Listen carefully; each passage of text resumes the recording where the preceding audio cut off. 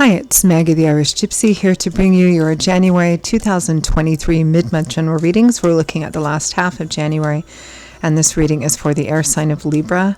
Welcome, everyone. I hope you're all doing well as we transition into another year, a new year.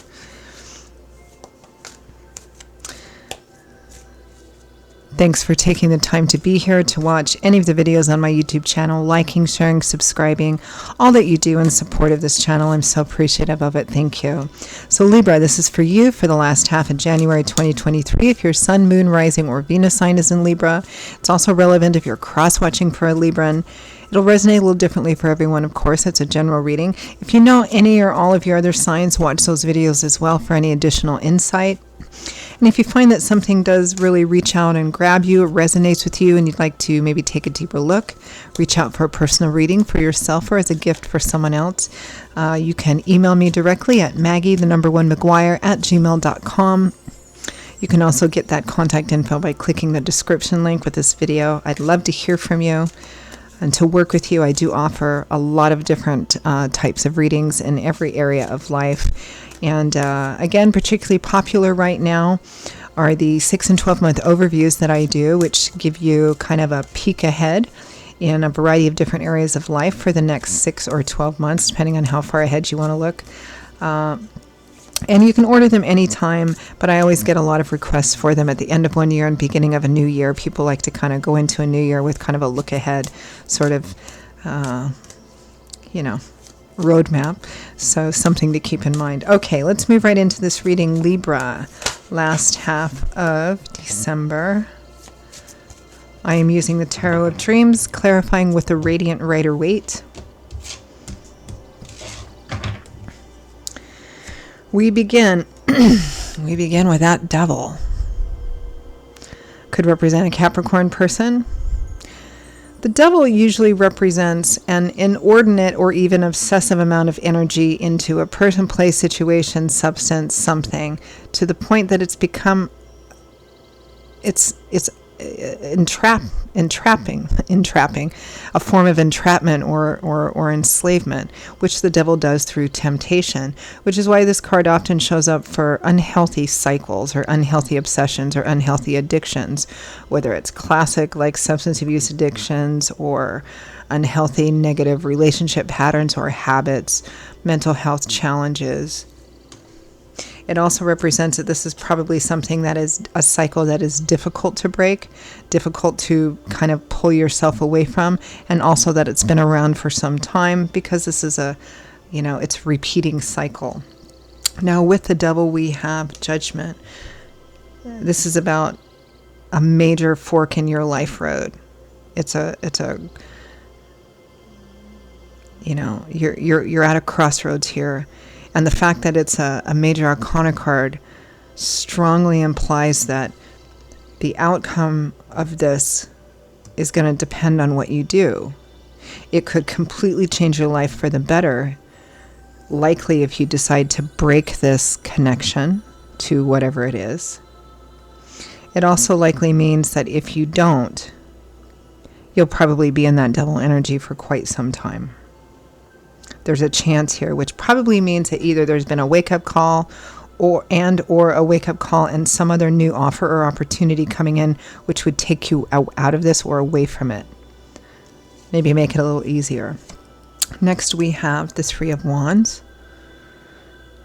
This is feeling much more positive, hopeful, and optimistic about the future. You've put in some of the footwork. You're seeing some of your results paying off. You're waiting for that ship to come in, but you're feeling quite hopeful, positive, and optimistic about the future. The Two of Swords. Still some stuck energy, though. A reluctance or a resistance to look at the truth head on. Because then you actually have to act. You have to make a decision or a choice, whether it's to stay attached or to move on.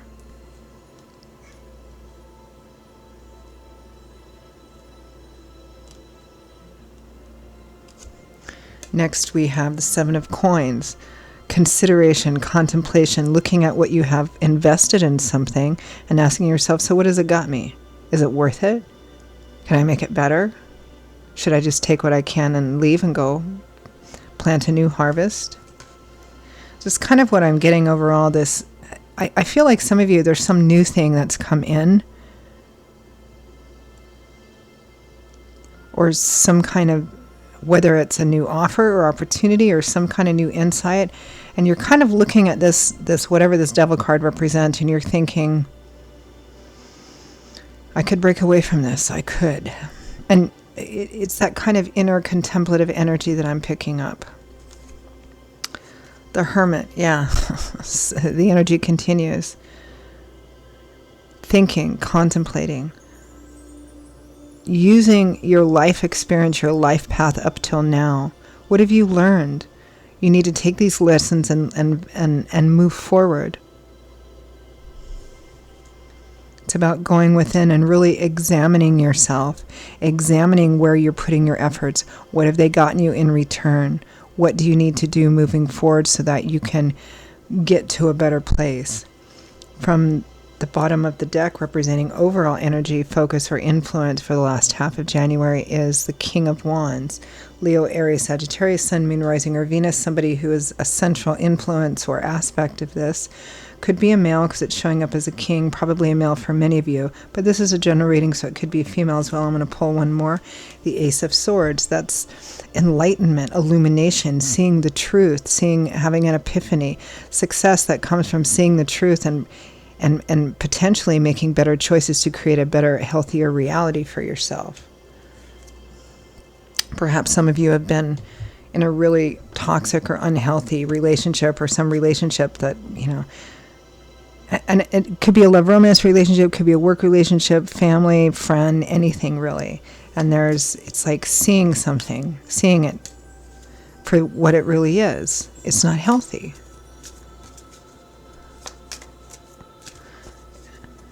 Clarify the Devil.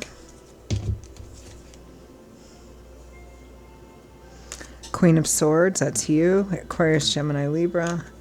Five of Pentacles, financial insufficiency and lack, being out of work or not having enough money or feeling like it's constantly that way. On an emotional level, it can represent feeling, this is a beggar card. It's a card of not having enough and having to beg or ask or having to just do without, right? Whether it's financially, materially, if this is a work or money situation for you, but still feeling attached to it because I owe them loyalty or whatever. You don't owe them anything if they're not giving what you're giving, right? If you're not getting back what you're giving.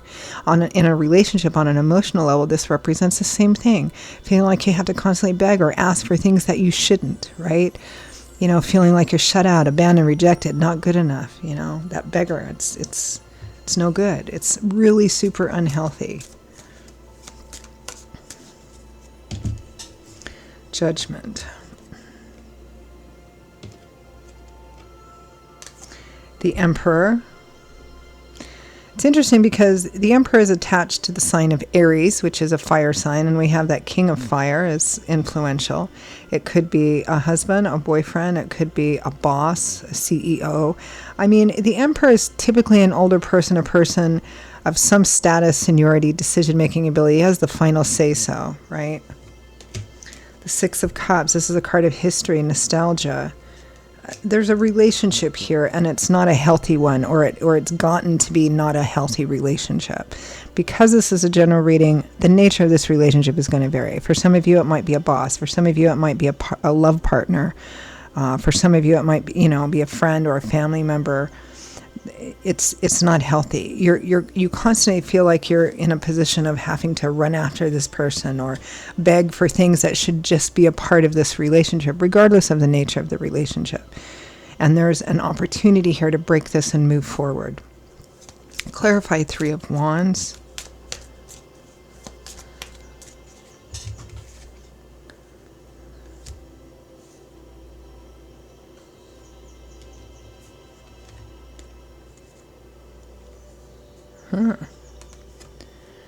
Page of Cups, Ace of Cups.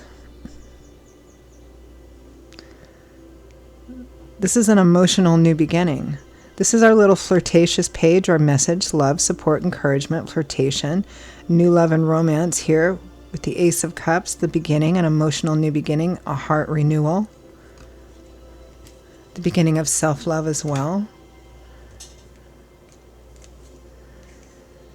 King of Pentacles and Ten of Pentacles. Long-term security and stability, which is the opposite of this beggar card here, Libra. This represents the unhealthy situation. Shut out in the cold. It's not enough. You've got to beg, beg, beg. But this is the opposite. This is having enough that you don't have to worry about tomorrow, next week, next month, next year. The King of Pentacles, Taurus, Virgo, Capricorn. I feel like some of you have a better offer. Not even some of you. I feel like many of you, there's a better offer here. A better offer for your future. True long-term security and stability. Whether that's financial, material, emotional, or a combination of all of those things. Somebody offering you a better job, a better future. In love as well, too. Clarify Seven of Coins. Contemplating, taking stock, taking inventory. Eight of Cups, leaving, walking away from that which isn't working for you. And the Devil, again, it's leaving it behind. It's breaking that cycle once and for all, no matter how difficult.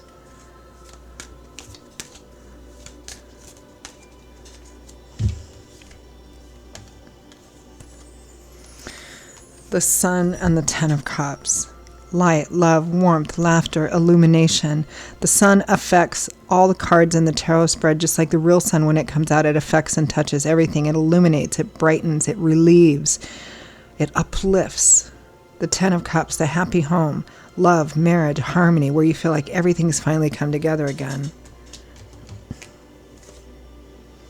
The Star, Four of Cups are next. I mean, there's an offer here. There's an offer or an opportunity coming in, which looks miles and miles better than what you have been, whether it's going from an old job to a new job. And I mean, there's a new offer here and it looks beautiful, but you're really attached to this old unhealthy thing, and that has to be broken. You have to surrender to that being over so that you can take this new opportunity and have true joy, true long-term security and stability. That's not only good for you, but for your home and family, whatever that means, close or extended, right? This is the offer that I feel Spirit is encouraging you to take, but it requires, a difficult process of letting go of something. This feels just like, was it Leo or Cancer's reading as well? Maybe some of you are kind of have different aspects of that.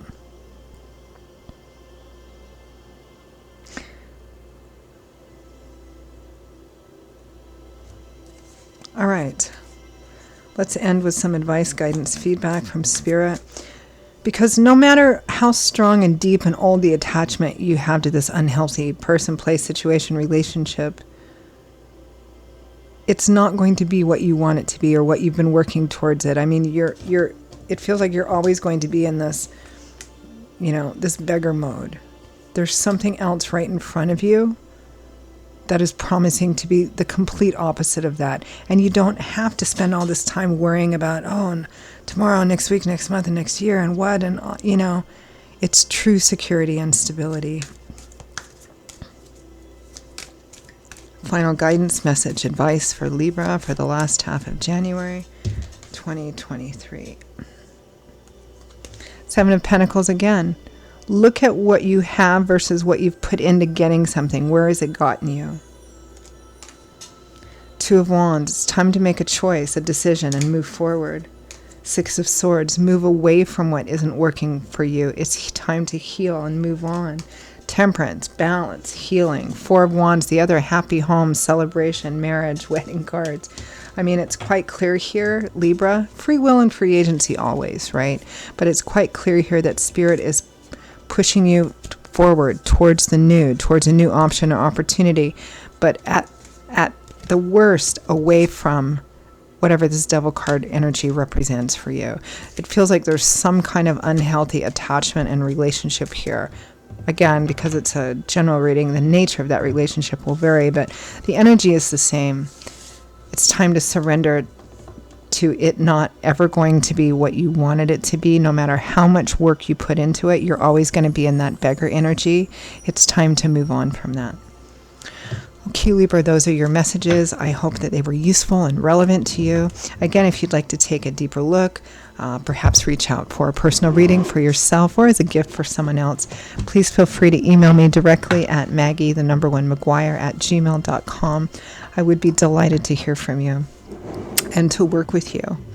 I will see you all in a couple of weeks for the February general reading. Stay well until then. Hope to see you back here again soon. Bye-bye.